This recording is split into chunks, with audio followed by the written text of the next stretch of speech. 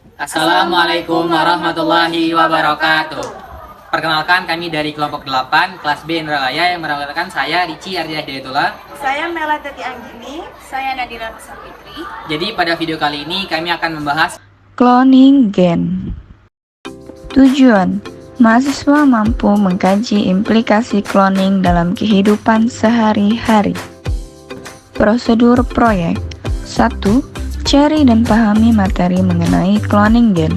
2. Pahamilah bagaimana tahapan-tahapan dan seleksi cloning gen. 3. Sediakan alat dan bahan untuk pembuatan video. Dan 4. Rekam video proyek yang telah dibuat dengan semenarik mungkin. Materi singkat. Mengkloning berarti membuat salinan yang identik. Cloning DNA melibatkan pemisahan gen tertentu atau segmen DNA dari kromosom menggabungkannya ke DNA vektor.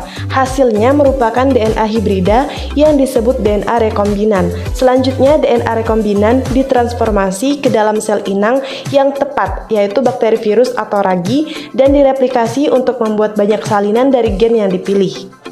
Adapun bahan-bahan dasar atau utama yang digunakan dalam proses cloning adalah sebagai berikut. Yang pertama, fragmen DNA, yaitu adalah gen target yang akan dikloning.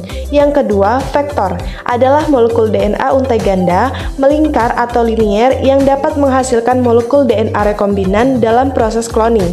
Vektor mampu membawa gen target ke dalam sel inang melalui proses transformasi.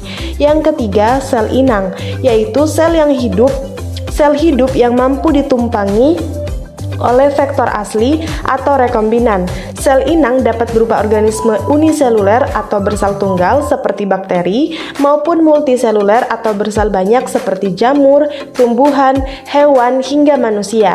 Yang keempat, enzim restriksi, endonuklease dan enzim ligase. Enzim restriksi endonuklease adalah enzim yang diperlukan untuk memotong untai DNA yang diinginkan, sedangkan enzim ligase digunakan untuk meligasi DNA sehingga memperoleh DNA rekombinan. Bahan atau objek. Dalam hal ini ada beberapa gambar atau bahan yang kelompok kami gunakan untuk menunjang penjelasan tentang cloning gen. Adapun bahan atau objek yang kami gunakan dapat dilihat pada gambar berikut. Pembahasan langkah-langkah dalam cloning gen. Yang pertama adalah persiapan DNA sel total. Langkah pertama dalam proses cloning gen adalah persiapan DNA yang diinginkan atau fragmen DNA target. Persiapan DNA target dilakukan dengan mempertimbangkan jenis prosedur pemurnian DNA yang paling sederhana, di mana seluruh komplemen DNA dari sel bakteri diperlukan. Prosedur preparasi DNA total dari kultur sel bakteri dapat dibagi menjadi 4 tahap. Dapat dilihat pada gambar berikut. Yang pertama, kultur bakteri ditumbuhkan dan kemudian dipanen.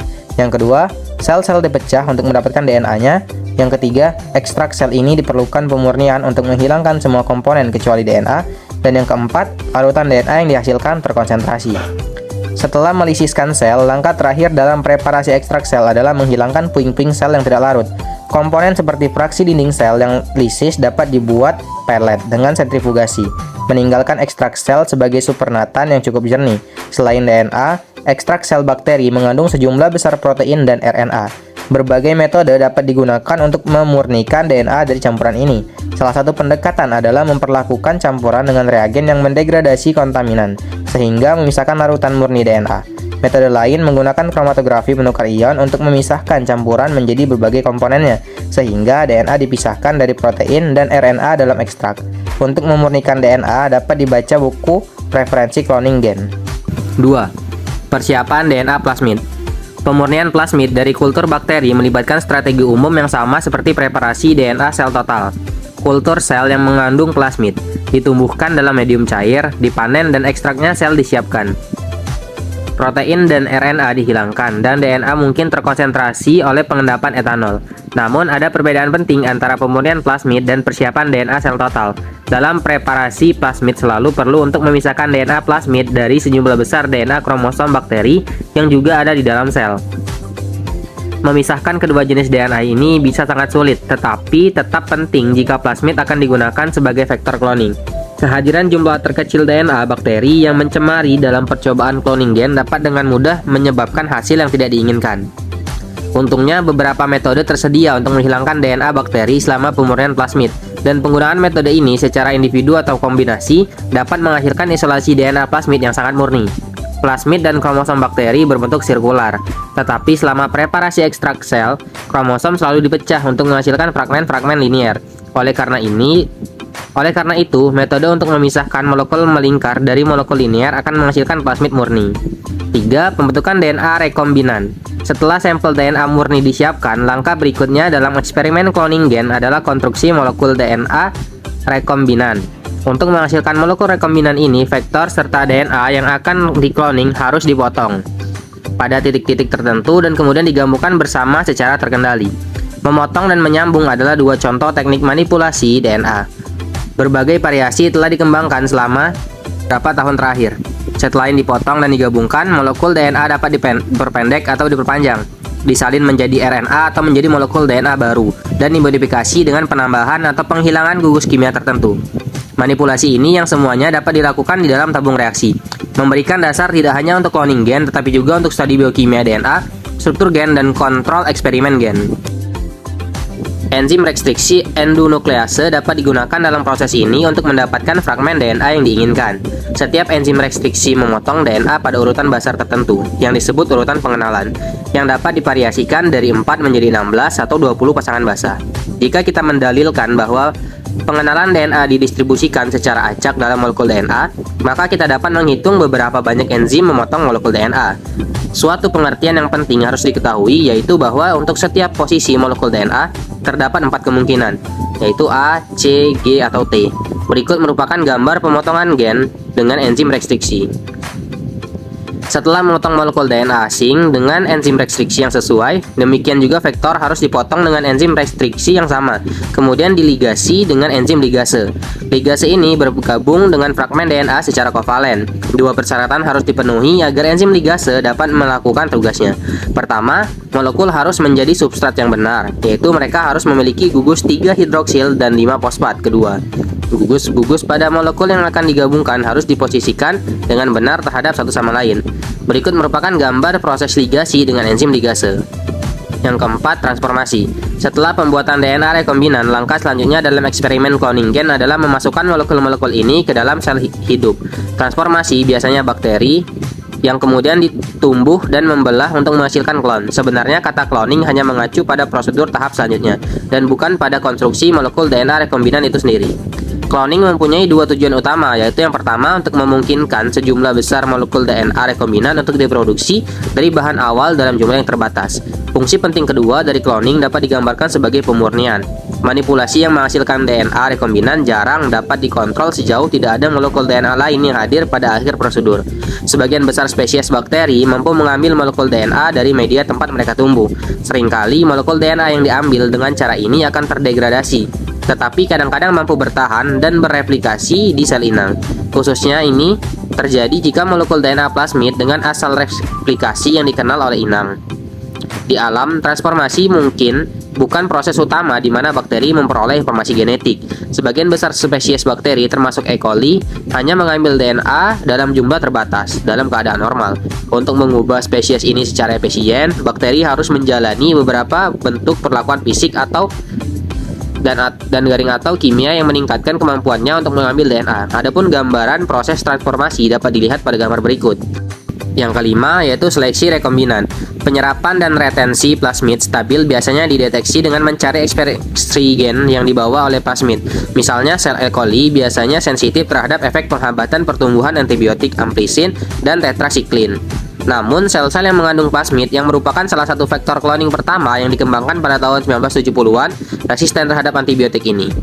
Ini karena BR322 membawa dua set gen. Satu gen yang mengkode enzim B-laktamase yang mengubah amplisin menjadi bentuk yang tidak beracun bagi bakteri. Dan set kedua yaitu gen mengkode enzim yang mendetoksifikasi tetrasiklin. Setelah percobaan transformasi dengan BR322, hanya sel E. coli yang telah mengambil plasmid AMP-RTR dan mampu membentuk koloni pada media agar yang mengandung amplisin dan tetrasiklin. Non-transforman yang masih AMP-STS tidak menghasilkan koloni pada media selektif. Karena itu, transforman dan non-transforman mudah dibedakan. Adapun mekanisme terjadinya seleksi rekombinan dalam hal ini pada bakteri E. coli yaitu dapat dilihat pada gambar berikut. Kebanyakan faktor cloning plasmid membawa setidaknya satu gen yang memberikan resistensi antibiotik pada sel inang. Pemilihan transforman dengan pelapisan ke media agar yang mengandung antibiotik yang relevan. Akan tetapi perlu diingat bahwa resistensi terhadap antibiotik tidak hanya disebabkan oleh adanya plasmid dalam sel yang diubah. Gen resistensi pada plasmid juga harus diekspresikan, sehingga enzim yang mendetoksifikasi antibiotik dapat disintesis. Ekspresi gen resistensi dimulai segera setelah transformasi, tetapi akan membutuhkan beberapa menit sebelum sel mengandung cukup enzim untuk dapat menahan efek toksik antibiotik. Untuk alasan ini, bakteri yang diubah tidak boleh dilapiskan ke media selektif segera setelah perlakuan kejut panas, tetapi pertama-tama ditempatkan dalam volume kecil media cair, tanpa antibiotik dan diinkubasi untuk waktu yang singkat. Secara umum, cloning gen dapat dilihat pada gambar berikut ini. Berbeda dengan sistem transformasi yang dijelaskan sejauh ini, ada dua metode fisik untuk memasukkan DNA ke dalam sel eukariot. Yang pertama adalah injeksi mikro yang menggunakan pipet yang sangat halus untuk menyuntikkan molekul DNA langsung ke dalam inti sel yang akan diubah. Teknik ini awalnya diterapkan pada sel hewan, tetapi kemudian berhasil dengan sel tumbuhan. Metode kedua melibatkan pemboman sel dengan mikroproyektil kecepatan tinggi, biasanya partikel emas atau tungsten yang telah dilapisi dengan DNA. Proyektil mikro ini ditembakkan ke sel dengan senjata partikel. Teknik yang tidak biasa ini disebut biolistik dan telah digunakan dengan sejumlah jenis sel yang berbeda. Meskipun ada banyak prosedur berbeda untuk mendapatkan klon yang diinginkan, semuanya merupakan variasi pada dua metode dasar. A. Seleksi langsung untuk gen yang diinginkan, yang berarti bahwa percobaan cloning dirancang sedemikian rupa sehingga satu-satunya klon yang diperoleh adalah klon dari gen yang dibutuhkan. Hampir selalu seleksi terjadi pada tahap pelapisan. Sedangkan yang B, identifikasi klon dari perpustakaan gen, yang merupakan senjata awal cloning untuk menghasilkan perpustakaan klon yang mewakili semua atau sebagian besar gen yang ada di dalam sel, diikuti dengan analisis klon individu untuk mengidentifikasi yang benar. Kedua metode identifikasi telah dijelaskan di atas. Kesimpulan: setelah menyimak dan memahami materi mengenai cloning gen, maka dapat diambil kesimpulan sebagai berikut. Yang pertama, mengcloning berarti membuat salinan yang identik. Adapun bahan-bahan dasar atau utama yang digunakan dalam proses cloning adalah sebagai berikut: fragmen DNA, vektor, sel inang, serta enzim retriksi endonuklease dan enzim ligase. Yang kedua, langkah-langkah dalam cloning gen: persiapan DNA sel total, persiapan DNA plasmid, pembentukan DNA rekombinan, transformasi, dan yang terakhir seleksi rekombinan. Terima kasih telah menyaksikan video dari kami. Semoga bermanfaat bagi penonton sekalian. Lebih dan kurang kami mohon maaf. Kami akhiri. Wassalamualaikum warahmatullahi wabarakatuh.